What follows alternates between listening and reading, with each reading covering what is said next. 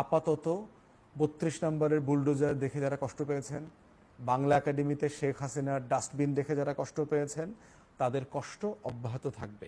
আওয়ামী লীগ ফিরবে না। জাতিসংঘের মানবাধিকারের যে প্রতিবেদন আসছে, আয়নাঘরকে যেভাবে প্রফেসর ইউনূস সারা দুনিয়াতে এক্সপোজ করেছেন, এই সব কিছুকে মাথায় রেখে এই কনক্লুশনে আসেন এবং এই বাস্তবতা মেনে নেন যে Awami League is dead and dusted. ৭৫ সাল আর ২৪ সাল এক বাস্তবতা না।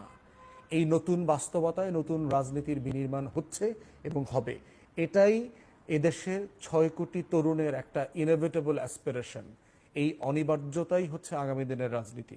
এবং উল্টো আবার কি হয়েছে দেখেন, ইলন মাস্কের সাথে যখন মোদি মিটিং করতে যাচ্ছে, তার আগেই আমাদের ডক্টর প্রফেসর মোহাম্মদ ইউনূস উনি ইলন মাস্কের সাথে কথা বলেছেন এবং কত সিরিয়াস কনভারসেশন করেছেন। আপনি দেখেন যে ইলন মাস্ককে তিনি ইনভাইট করেছেন, বাংলাদেশে আসবার জন্য তিনি ইনভাইট করেছেন।